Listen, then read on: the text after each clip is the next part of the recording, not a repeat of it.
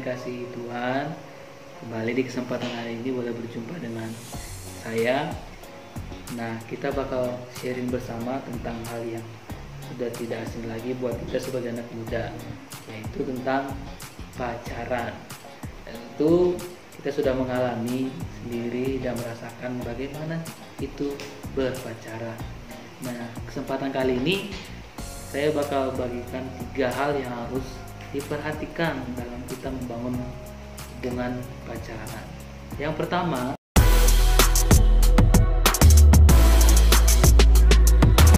kalau kita bertanya kepada diri kita masing-masing, tujuan saya buat pacaran itu apa sih? Apakah hanya sekedar melampiaskan perasaan sayang saya kepada seseorang, atau hanya ingin senang-senang? Tentu itu adalah tujuan yang salah. Nah, pada hakikatnya sendiri, pacaran dimaksudkan yaitu untuk mengenal pasangan kita masing-masing sebelum melangkah ke jenjang pernikahan. Jadi pacaran ini adalah tahap di mana kita harus belajar mengenal seefisien mungkin, semaksimal mungkin pasangan kita seperti apa, agar kita bisa mengambil sikap terhadap tindakan yang dia berikan kepada kita. Jadi kita bisa bijaksana dalam menyikapi ketika dia marah, atau ketika dia senang, atau apapun itu kita bisa mengambil sikap yang tepat karena kita sudah mengenal pasangan kita.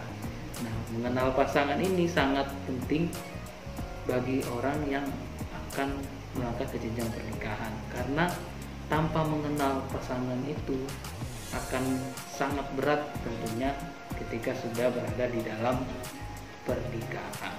Nah, banyak masalah yang timbul di dalam rumah tangga dari beberapa kesaksian keluarga-keluarga yang ada itu karena mereka baru mengetahui atau baru mengenal pasangannya ketika sudah ada dalam pernikahan. Jadi alangkah bijaksanalah kalau ketika kita pacaran, kita mulai belajar untuk mengenal pasangan kita dengan baik. Jalinlah komunikasi yang baik, yang mendalam terhadap pasangan kita agar kita bisa mengenal dia lebih baik lagi, sehingga kita bisa bersikap dengan baik, bersikap dengan bijaksana, dan hubungan itu bisa langgeng dan awet tentunya. Nah, yang kedua,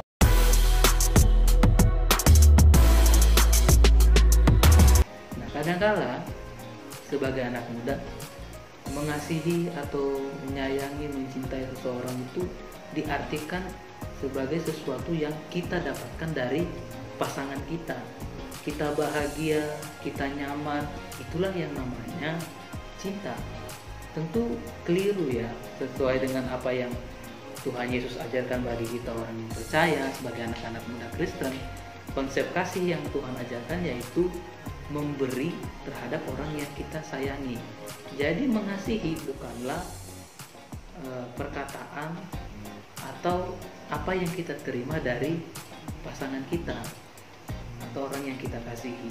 Nah, Yesus mengajarkan bahwa mengasihi itu adalah tindakan yang kita berikan kepada pasangan kita.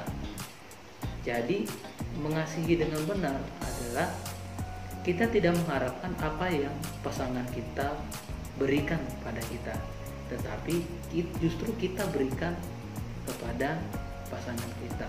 Contohnya rasa aman, rasa nyaman, itu yang harus kita berikan, bukan harus kita tuntut dari pasangan kita. Itulah mengasihi dengan benar. Jadi kasih bukanlah kasih yang egois seperti yang kita tahu bersama. Justru kasih adalah rela berkorban demi orang yang kita sayangi. Jadi harus mengasihi dengan benar. Nah, yang ketiga,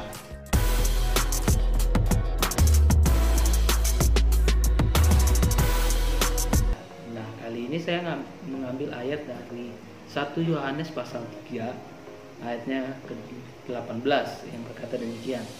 Anak-anakku, marilah kita mengasihi bukan dengan perkataan atau dengan lidah, tetapi dengan perbuatan dan dalam kebenaran. Nah, kasih yang Tuhan ajarkan buat kita semua yaitu harus dinyatakan dalam sebuah tindakan. bahwa kita benar mengasihi orang itu, bukan hanya sekedar perkataan bahwa kita mengasihi dia, kita menyayangi dia, tetapi hal itu harus dinyatakan dalam tindakan. Apa yang kita lakukan untuk dia, bukan sebatas perkataan saja. Dan sudah berarti di situ perbuatan yang kita lakukan haruslah ada di dalam kebenaran. Jadi saya simpulkan itu mengasihi dengan cara yang benar. Jangan sampai kita mengasihi pasangan kita dengan cara yang tidak benar. Seringkali orang menyatakan kasihnya dengan cara yang tidak benar. Dia pikir memberi hadiah itu adalah hal yang benar, memanjakan dia dengan barang-barang yang mewah, mencukupi kebutuhan dia dengan barang-barang mewah adalah hal yang benar. Tapi ternyata itu bukanlah hal yang benar. Jadi nyatakanlah rasa cintamu, rasa sayangmu kepada orang yang kau kasihi dengan cara yang benar dan sesuai dengan firman Tuhan. Dan jika ketiga hal ini kita lakukan di dalam hubungan kita, saya percaya Tuhan kiranya memberkati hubungan kita dari semenjak kita pacaran, bahkan jika Tuhan izinkan sampai kepada pernikahan dan sampai pada kaki ini, sampai pada maut. Demikian dulu sharing yang bisa saya lakukan di kesempatan kali ini. Sampai jumpa di lain kesempatan. Biarlah sharing kita kali ini boleh menjadi berkat bagi kita semua, anak-anak muda yang ada. Tuhan Yesus memberkati kita semua.